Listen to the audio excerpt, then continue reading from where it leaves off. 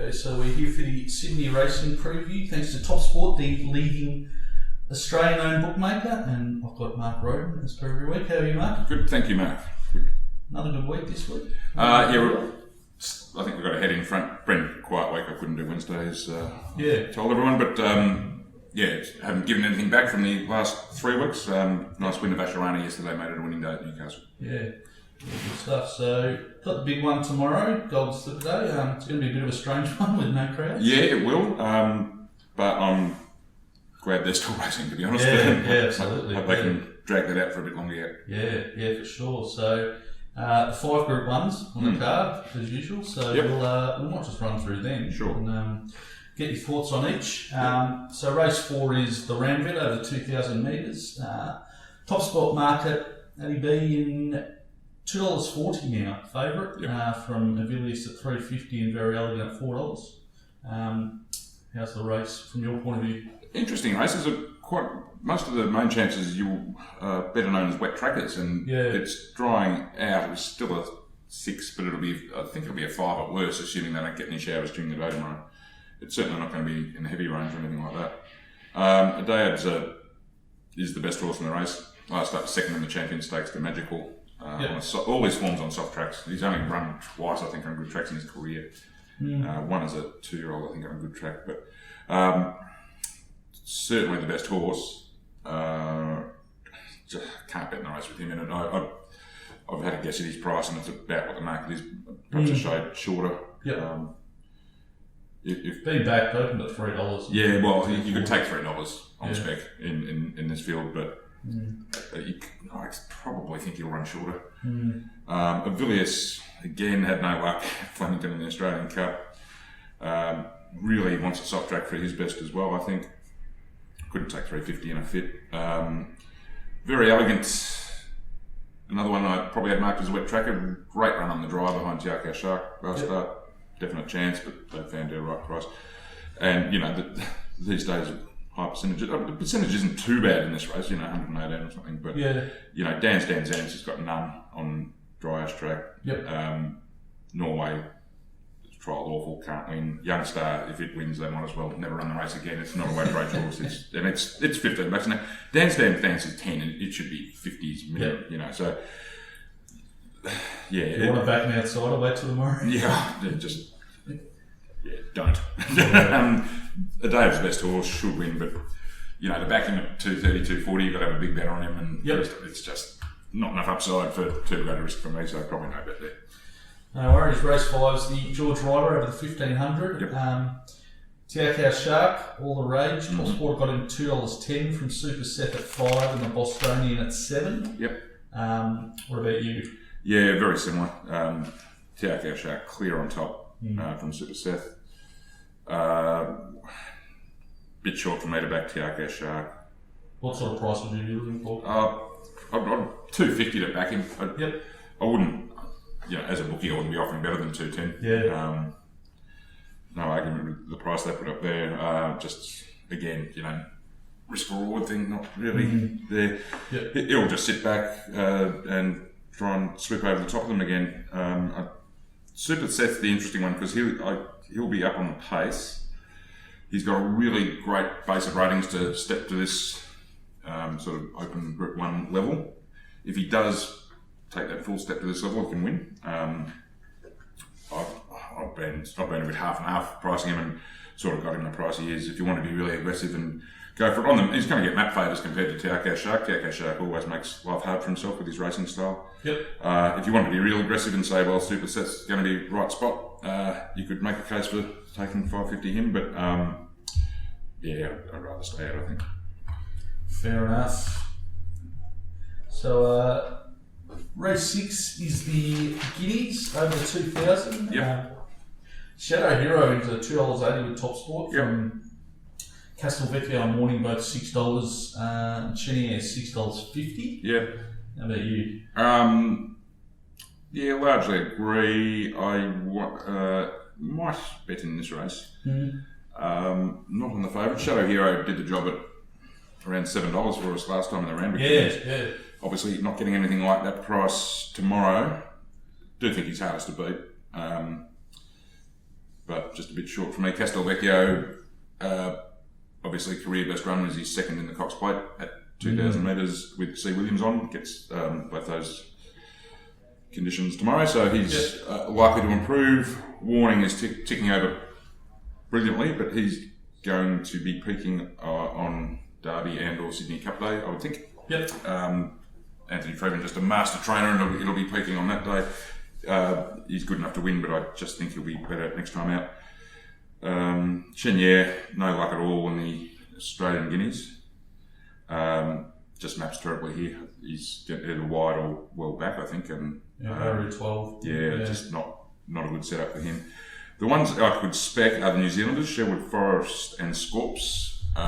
So Sherwood Forest $12, yep. Scorps 16. Yeah, I wouldn't be having massive cracks at them, but I think that New Zealand 3-0 form, both Colts and fillies, has been really good.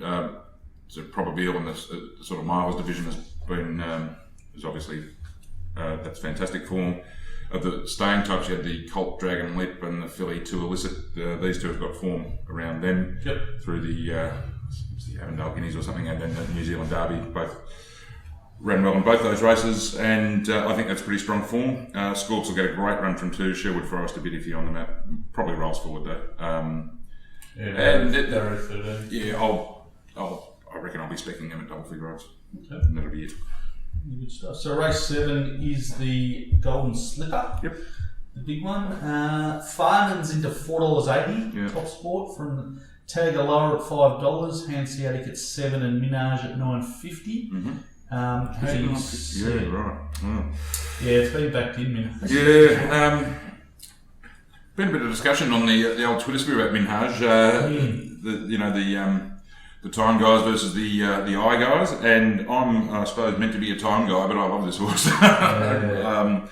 It was amazing to the eye. Yeah, it was sensational, and I was discussing this with Cam O'Brien, who was rating that meeting. We had a big talk about it and said, well, the time and last 200 do look terrible, but taking it a bit deeper, and they went, 4 2-year-olds, they went really, really hard during the middle stages of that race. They went much quicker than the Newmarket on the same day, so they sort of, they were way out of their comfort zone.